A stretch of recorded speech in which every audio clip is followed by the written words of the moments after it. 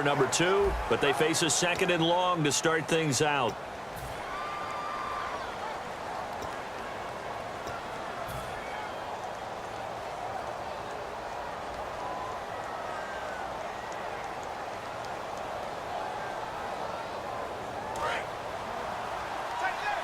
And some changes here as the D-line separates some.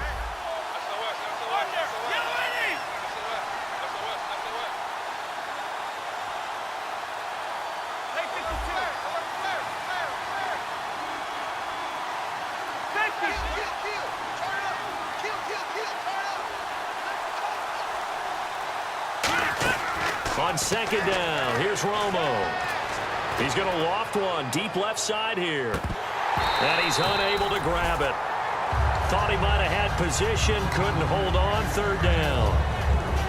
And when all else fails as a defender, when you're not there in the coverage, your best friend is exactly what we saw there. A big play shot taken by the offense. Unfortunately, it ended in a big drop.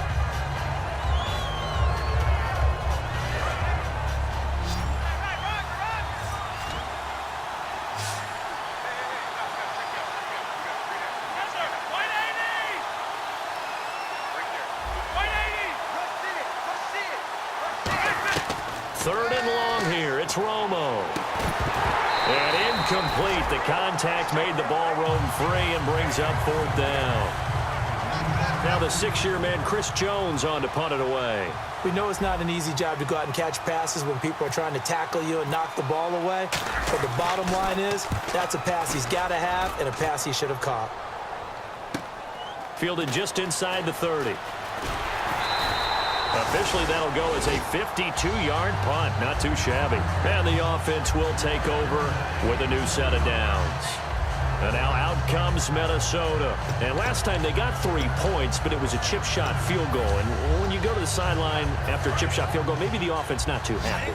It's a balancing act, isn't it? Because you're exactly right. They're none too pleased that they didn't punch it in for 6 points. But they also have to remember they did put points on the board. 3 points is 3 points. And in this league, you take points when you can get them. Not easily done. They practiced this all week. Pretty clear it paid off there. Threw it downfield, made it look relatively easy. And it always comes a little bit easier when you've practiced it and tuned things up and you're confident in what you're doing now. They felt very, very good about their plan, and we saw the execution because the confidence of the players was there. They go play action here on 1st down. Caught on the right side by Treadwell. It'll be a pickup of 10 yards. And that'll bring up a 2nd and just about a few inches here. Completed pass play. Now let's see if they go back to the air or to the ground.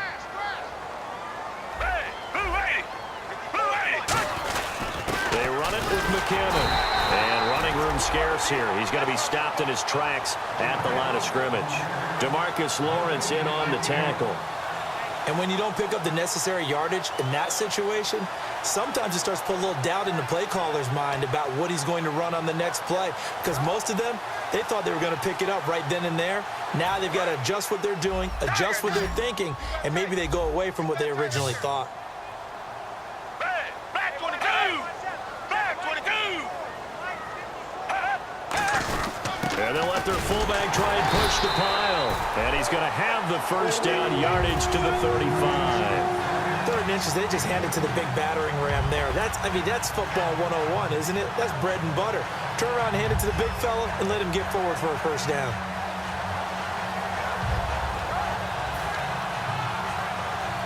So it'll be 1st down here after the run.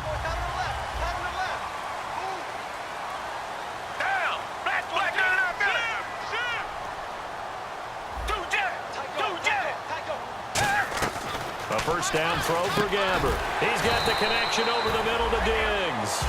It's a 10-yard pickup, and it moves the chains.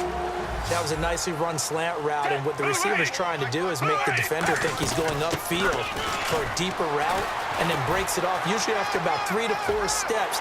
And he'll get into the end zone. Touchdown, Minnesota. Jerick McKinnon, his 9th touchdown of the season, and the Vikings are going to add on to their lead.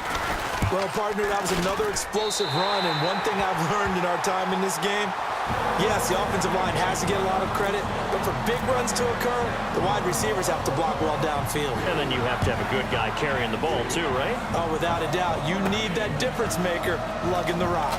On the return, here's Dree Archer. And he'll take it back to about the 19-yard line.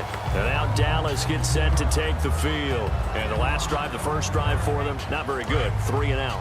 What do they go to here? Well, you don't look down at your play sheet and say, this is what the problem is. Let's find out who my playmakers are. Get the ball in their hands, and maybe the offense will move a little bit better. Sometimes it's more important to get it to the right people rather than dialing up the right number. Exactly. Or the right play, yeah. That too. First play of the drive, let's give credit all around. Excellent blocking, but the guy carrying the ball, he was the finisher. A really nice run. Here's Romo now on second down. And this one caught by Dez Bryant. And he's brought down. First down coming there on the intermediate passing play. That's been a point of emphasis, they told us in practice, using those medium routes to keep the defense off balance. And it wasn't just them telling us. We got to watch them practice it and work on it because they've been trying to fine-tune it and get it right before this game. And I think they have to be happy with the result.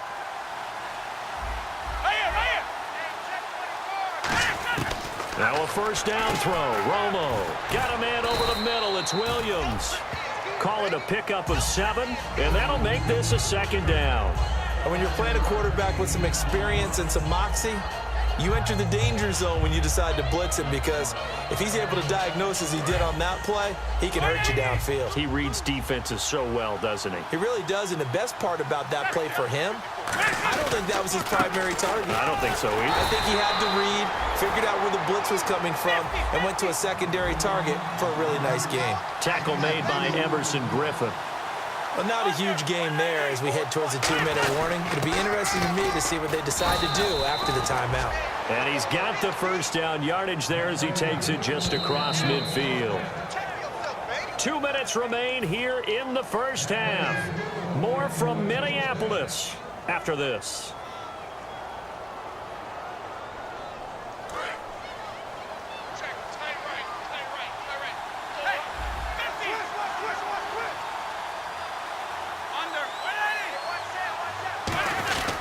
A first down carry by Elliott. And he's going to be stopped up at about the 47-yard line. Give him a couple on the carry there. 2nd and 8. That's a good play by the guys on the defensive side of the ball. Held him to a gain of 2. And that changes the playbook a little bit now for the guy calling plays. 2nd and 8. Now he's got to probably think about going to the air instead of maybe staying with the ground game.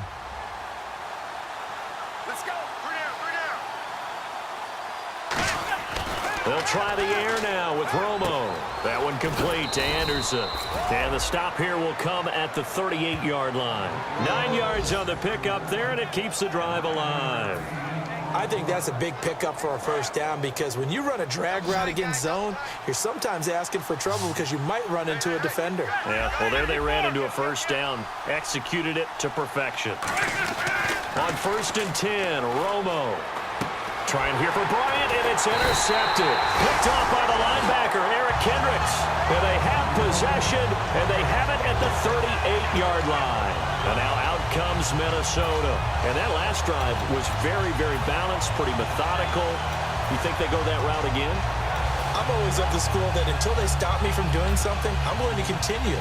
And I think that that's exactly what they'll look to do. But the beauty is the balance that they've created sets up opportunities for big plays. Looks like a run, turn into a play action, and throw one deep.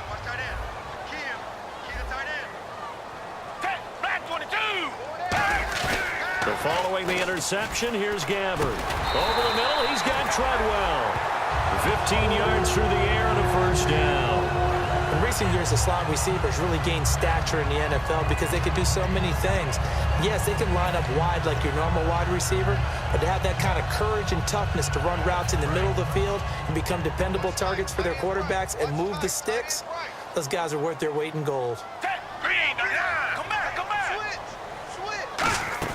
They go play action here on first down. On the catch, it's Jarius Wright.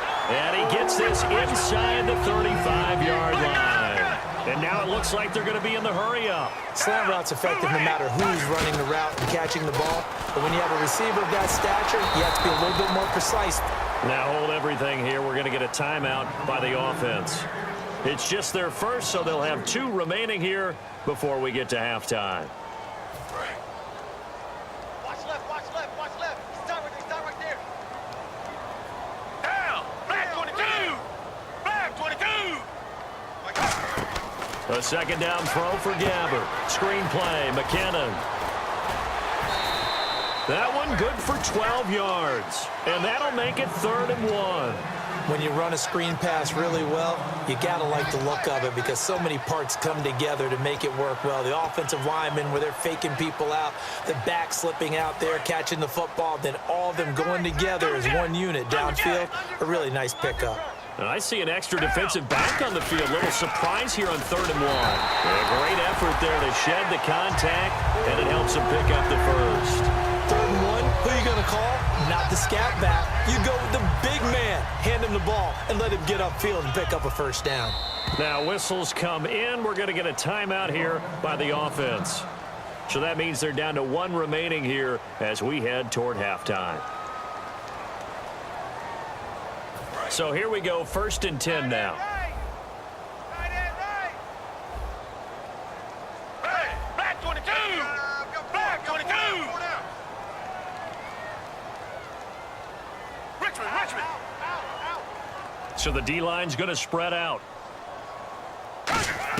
Gabbert now to throw on 1st down.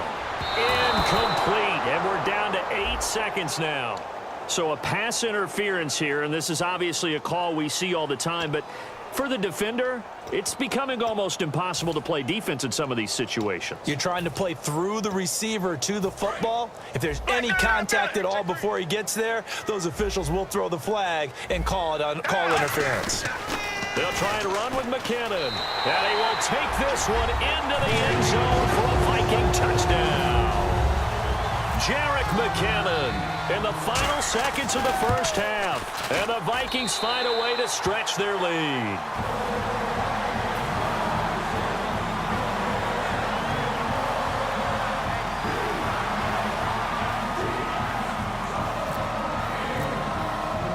And so we have the touchdown. Now here's Blair Walsh to kick this one away. That's fielded in the end zone. And the decision to come out is going to cost him 5 yards with a new rule as he's taken down right at the 20-yard line. And now Dallas gets set to take the field. And you got to think, if this is anything other than just taking a knee, I'd be very surprised. Yeah, they've got enough to talk about at the half. Why do anything else? Just get out of there. And they line up now for what will likely be the last play of the first half. One man in the backfield, Elliott. He'll get the football here. And he will perhaps get back to the line of scrimmage.